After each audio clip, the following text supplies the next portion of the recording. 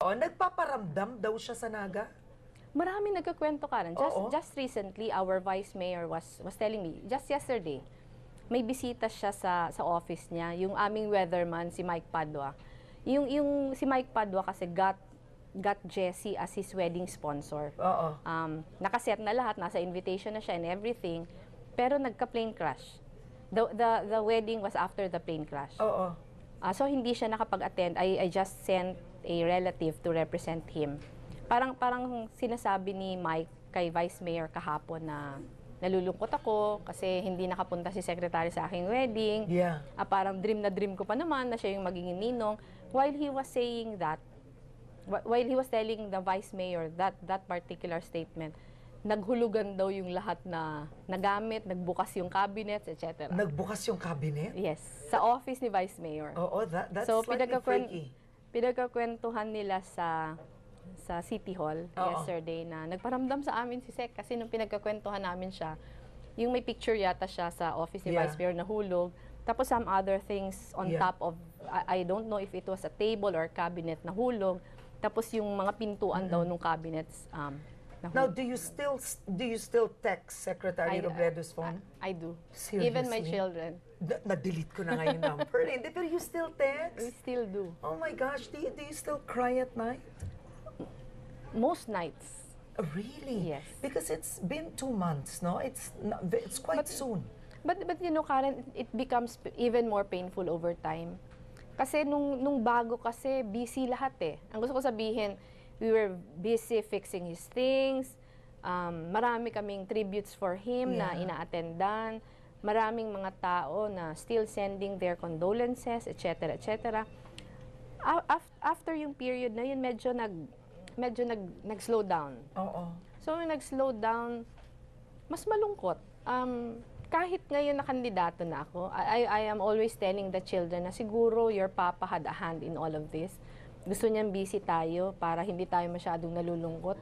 Pero kahit busy ka, when you go home paggabi, ramdam mo pa din yung kanyang loss. You sleep alone on the bed No, or with Jillian?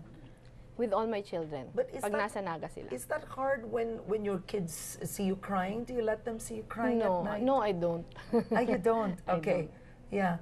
Now, other than, you have not gone out campaigning yet, of course. Not yet. Bawal pa siya. And then your children, I mean, now fully support you. Yes. Actually, Karen, Will they campaign with you? kahanga-hanga din yung mga anak ko kasi nag-iiyakan sila in the morning of October 5. But when I called them up again in the afternoon, about 2:30 in the afternoon, I was telling them I'm ready to go to Comelec. Ano na sila? Parang they have already accepted the fact that I will be a candidate. Tinatanong na nga nila, what can we do? Para nag-worry yung dalawang andito sa Manila, paano kami makakatulong, mama, na andito kami sa Manila? Oo. Kaya parati ko sa kanila sinasabi na wag niyo akong alalahanin kasi marami namang tutulong dito. Ngayon na sem break si Trisha, tumutulong siya. We are trying to organize people now. Bawal pa naman magkampanya, pero si Trisha naman, marami sa kanyang nagko-contact, volunteering their services. Kaya what she did was visit all these people who are trying to volunteer their services and organize them.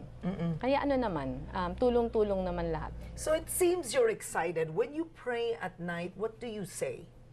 Actually, parati ko lang pinipray guidance. Okay. Parati ko lang, Karen, pinipray guidance. Kasi talagang until now, I knew I made the decision parang in a rush.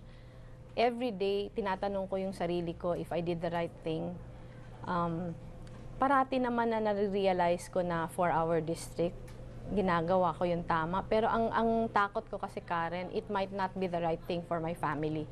Kaya parati kong sinasabihan na, give me guidance para hindi naman maapektuhan in a bad way yung aking pamilya. And I read in one article that Jesse, before he died, told Aika that if you get married, you have to keep Robredo. You have Biro to lang keep your yun. maiden name. It was a joke, Karen. Pero Although I keep my maiden name, professionally. biro niya yun sa mga anak ko. Kasi wala kang lalaki. Oo. Actually, very contented naman kami with 3 girls. Pero parati kaming binibiro ng friends na isa pa kasi kailangan magka-boy. Parang sinasabi parati ng asawa ko, hindi na kailangan pag nag-asawa yung mga anak ko, Robredo pa din yan. Now, if the Villafuertes dialogue with you and want to partner with you at some point, will you work with them?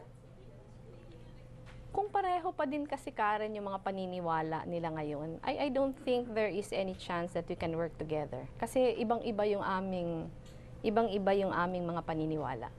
Pero umiiba naman yung panahon, di ba?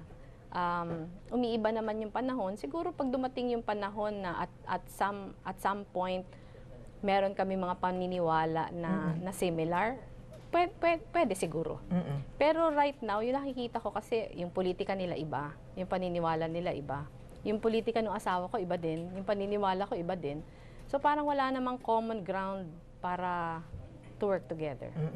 All right, we don't have enough time. Actually, the other program, which I want to thank for, gave us an overtime and an extension. But your last words, perhaps with many people, I've read some columns saying, if Leni Robredo runs, will the magic of Jessie Robredo go away?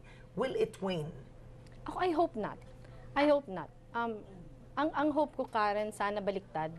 Sana with my running, I would be given the privilege of being able to continue his legacy. Yeah.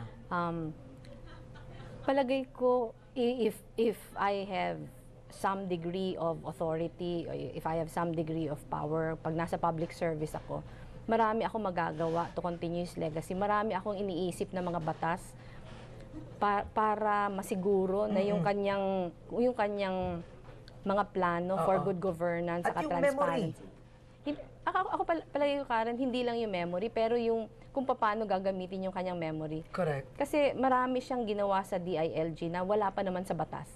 Parang ginawa niya lang yun ng mga department orders, etc. Palagi ko kailangan yung isa batas para ma-require yung lahat na LGUs all over the country to follow.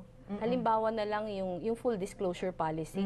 Palagi ko kailangan yung isa batas para ma-ensure na lahat talaga magko-comply. Okay. You'll have to come back to the show, Attorney Leni, and Karen. you owe me again because you were late. All right, but thank you so much for coming. It's been an honor.